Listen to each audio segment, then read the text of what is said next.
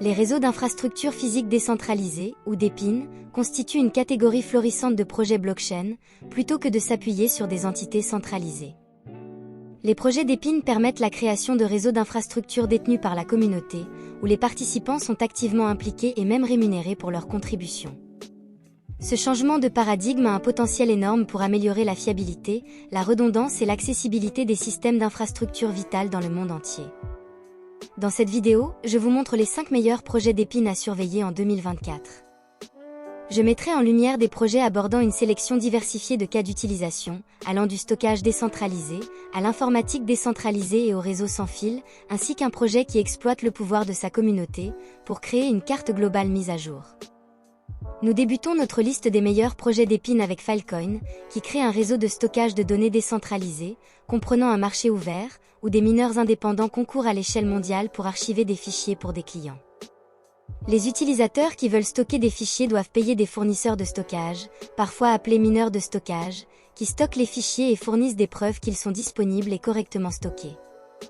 Les fournisseurs de stockage gagnent des frais à la fois en stockant et en récupérant des données pour les utilisateurs, ainsi qu'en aidant à sécuriser le réseau Filecoin. En échange de récompenses en bloc, les fournisseurs gagnent plus de tokens FIL s'ils fournissent plus de stockage au réseau Filecoin.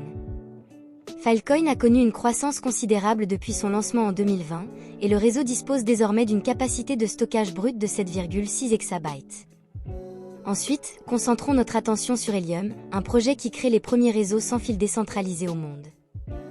Depuis son lancement en 2019, Helium cherche à construire un réseau sans fil décentralisé, qui connecte l'Internet des objets et d'autres appareils à travers le monde. Alimenté par le token HNT, le réseau Helium permet aux individus de déployer des hotspots sans fil, qui fournissent une connectivité en échange de récompenses en tokens. À l'heure actuelle, le projet Helium et sa communauté ont établi 2 réseaux. Le premier réseau est axé sur le service aux appareils de l'Internet des objets, tandis que le deuxième réseau est axé sur les utilisateurs de la 5G mobile. Le réseau 5G décentralisé de Helium est déjà utilisé par Helium Mobile, qui propose un forfait abordable avec des données illimitées, ce qui en fait l'un des leaders en matière d'adoption réelle de la technologie blockchain. Airweave construit un réseau résistant à la censure, pour stocker des données qui remet en question le paradigme actuel de l'informatique en cloud, contrôlé par quelques entreprises seulement, dont Google, Amazon et Microsoft. La plateforme Airweave permet aux utilisateurs de stocker des données de manière permanente, en utilisant le stockage fourni par le réseau Airweave. Pour stocker des données sur Airweave, les utilisateurs doivent payer des frais uniques en token AIR. AIR est également nécessaire pour accéder aux applications décentralisées construites sur Airweave, et les fournisseurs de stockage doivent également détenir des tokens AIR. Airweave permet le PermaWeb, qui sont des protocoles construits sur la couche de stockage de données Weave. Le PermaWeb fonctionne de manière très similaire au web tel que nous le connaissons aujourd'hui, dans le sens où il se compose de documents et d'applications interconnectés les uns aux autres.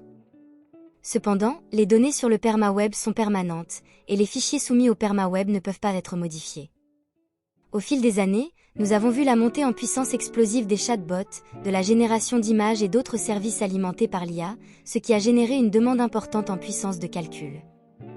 Render Network est une plateforme décentralisée, qui connecte les utilisateurs nécessitant un rendu GPU, avec ceux qui possèdent des GPU inutilisés.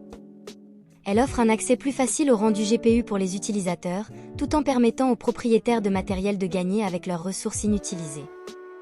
Bien que Render Network ne se concentre pas spécifiquement sur l'IA, elle peut contribuer à la demande croissante en IA, en offrant une puissance de calcul GPU, qui est cruciale pour des technologies comme ChatGPT. Render Network prend déjà en charge la génération d'images, en utilisant des modèles de deep learning comme Stable Diffusion. Le système d'incitation de Render Network était initialement basé sur la blockchain Ethereum, mais ils ont depuis migré le token Render vers Solana, qui est devenu une destination attrayante pour les projets DePIN, cherchant à s'étendre à un plus grand nombre d'utilisateurs. Nous terminons notre liste des meilleurs projets DePIN avec Hivemapper, un projet qui crée un réseau de cartographie mondiale et décentralisé. Les utilisateurs qui veulent contribuer à la carte peuvent utiliser une caméra embarquée pour collecter des images, tout en conduisant et gagner des tokens ONI en retour. Les tokens ONI sont également la méthode de paiement utilisée pour accéder aux données de cartographie de Hivemapper. Une autre façon de contribuer à Hivemapper est d'aider à former l'IA utilisée par Hivemapper pour transformer les images prises par les caméras embarquées en données cartographiques. Les utilisateurs qui établissent une bonne réputation en formant l'IA sont également récompensés avec des tokens ONI. Contrairement aux cartes fournies par des géants de la technologie comme Google, les cartes de Hivemapper sont mises à jour très souvent, ce qui les rend potentiellement beaucoup plus adaptées à une utilisation par des véhicules autonomes et semi-autonomes. En outre, Hivemapper pourrait perturber les monopoles qui existent actuellement dans l'espace de la cartographie et fournir potentiellement un accès moins cher aux données cartographiques. Voilà, à la prochaine.